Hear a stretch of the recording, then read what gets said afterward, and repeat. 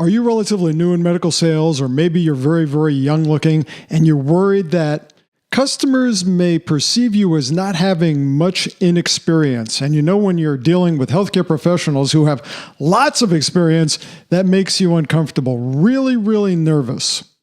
This is something I get asked about a lot. How do I overcome my perception of youth and inexperience to have credibility with doctors and other healthcare professionals? That's what I'll be talking about on today's episode of the Medical Sales Guru podcast and the Medical Sales channel here on YouTube.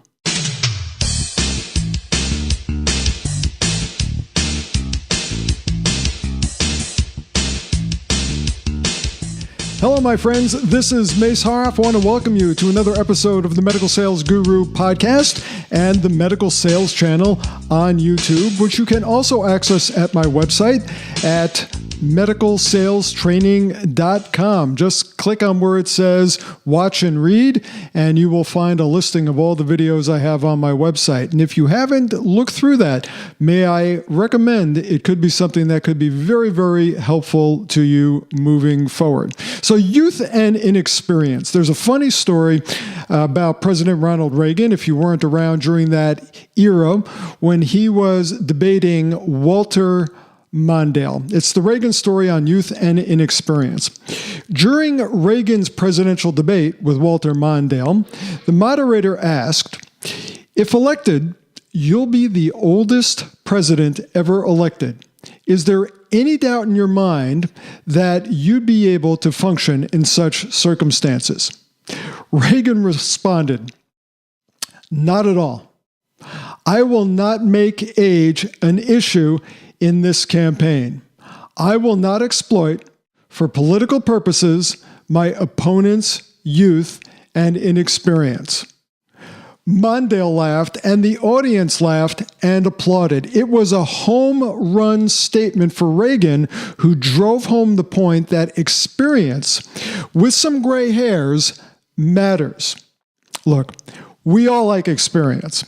Experience means the person we're dealing with has been there before, seen it before, and usually has had more practice dealing with the issue we want addressed.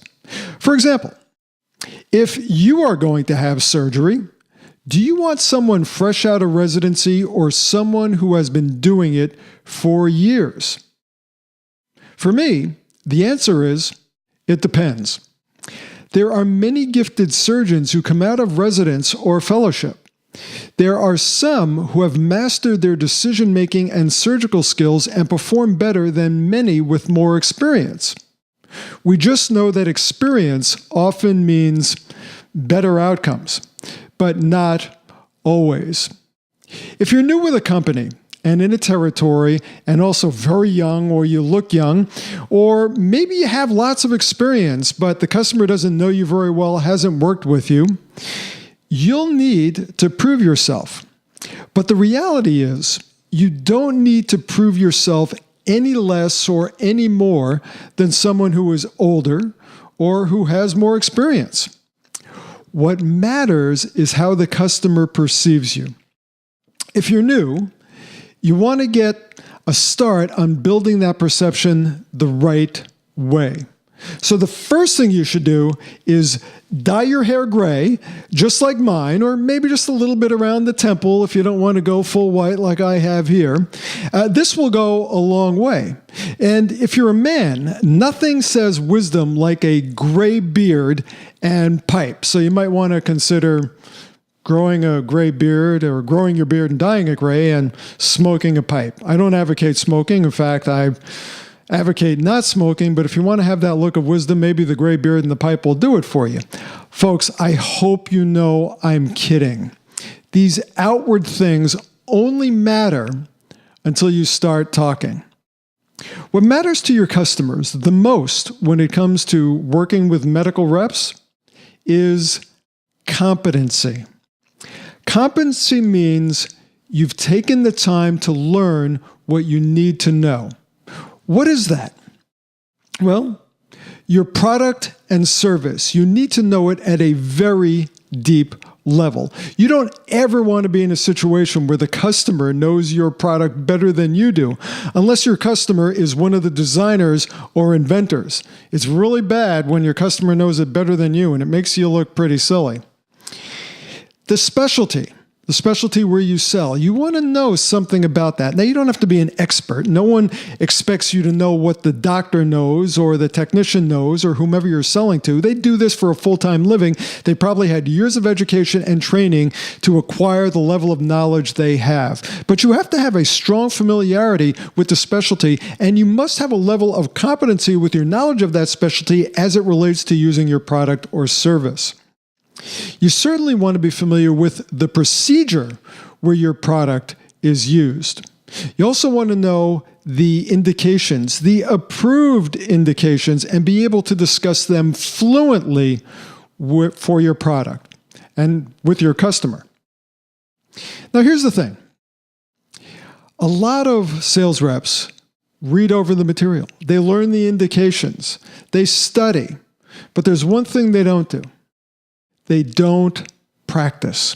So when they go to discuss the approved indications, they might stutter or stammer, and it makes them look like they're not competent. It makes them look like they're lacking confidence, in fact. What else do you need to know? Got off on a tangent there, and I'm going to talk about this again in a moment.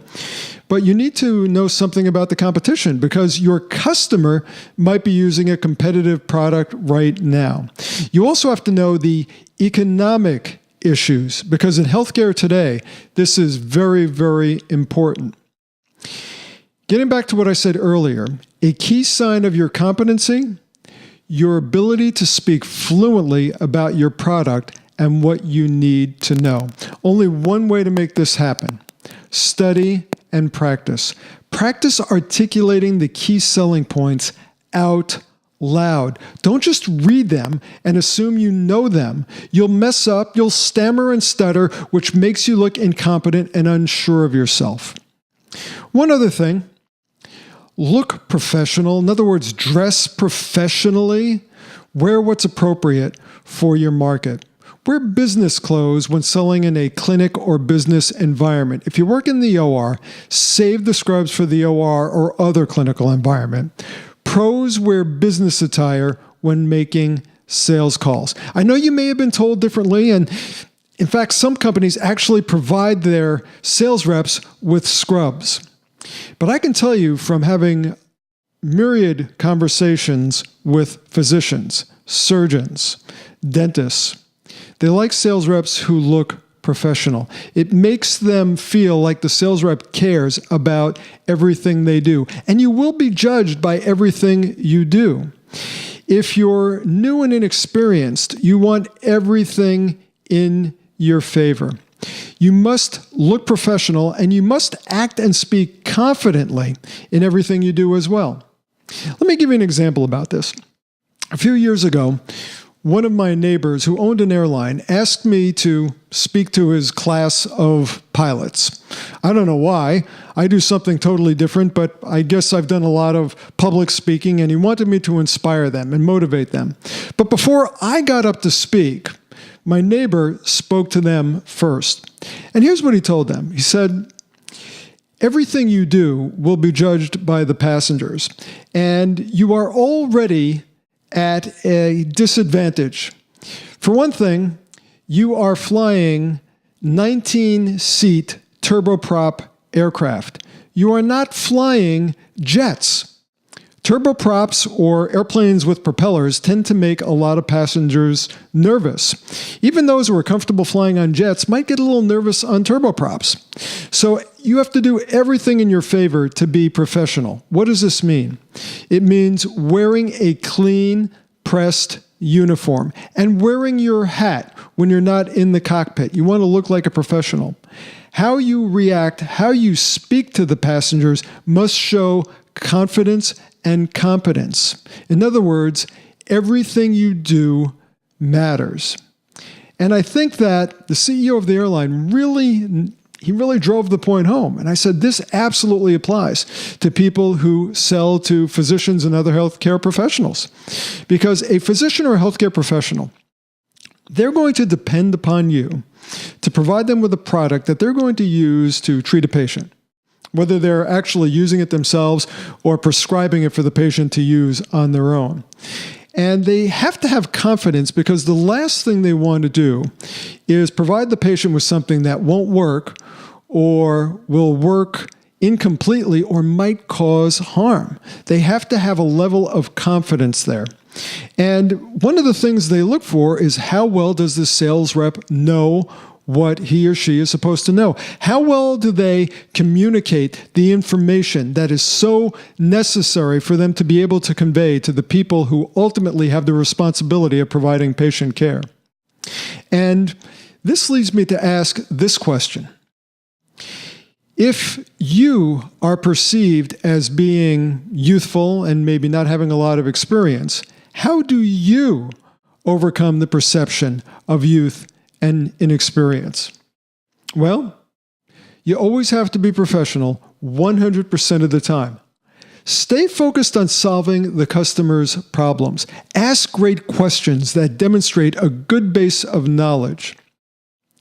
They don't expect you to know everything, but you want to be able to ask good questions that bring you valuable information. Speak from a place of experience by using relevant industry stories. How are other customers using your product to solve their problems and treat their patients? If asked about your previous experience, be honest. Don't commit MSU, making shit up. Forgive me for using an expletive, but I want it to be memorable, and I want to drive home the point. MSU doesn't work. Tell the truth. You get to choose what you focus on. Focus on experience in your past that relates to solving the customer's and the patient's problem. And be prepared. Don't ever wing it. If you're less than prepared, or less prepared than your competitors, all you'll do is make your competition look good. You don't want to do that. You want to make you look good. One area of preparation most reps overlook is in their selling skills. If you haven't been formally trained in the essential medical sales skills, your results will suffer. But I've created an easy way for you to get these skills, maintain these skills, and get ongoing support during and after your training. It's called Medical Sales Academy. Medical Sales Academy is my online 24/7, 365 training and support platform for medical sales professionals. It's affordable, and it allows you to train at your convenience and keep your skills sharp throughout your career.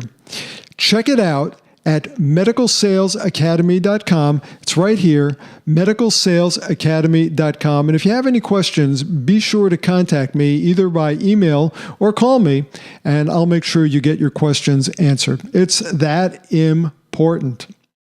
So, I want to thank you for spending some time with me on this episode of the Medical Sales Guru podcast. Youth and inexperience? So what? It'll just make the older and more experienced reps jealous when you start stealing business from them because you're prepared and you come across as professional. And under those circumstances, a little youth certainly doesn't hurt. But then again, the gray hair, that doesn't hurt either. Whatever you have, use it to your favor. But most importantly, use it. That's the whole point of listening to these podcasts and watching these videos, to be able to apply it in the field. So if you're going out today, this afternoon, tomorrow, how are you going to use what you learned today? That's what matters. Apply it. You will be amazed at what it will do for your medical sales. Hey, that's what I do. I'm Mace Haroff, the medical sales guy, and I am thrilled that you spent some time with me on this podcast. So, as you move forward in your medical sales career, don't forget that whatever you do, nothing is more important than who? The patient. That's right. Why? Because ultimately, that's why healthcare exists. Get out there and make a difference, and you will be richly rewarded for it. For the Medical Sales Guru podcast and the Medical Sales channel on YouTube, I'm Mace Haroff. I will talk to you again soon. Bye for now.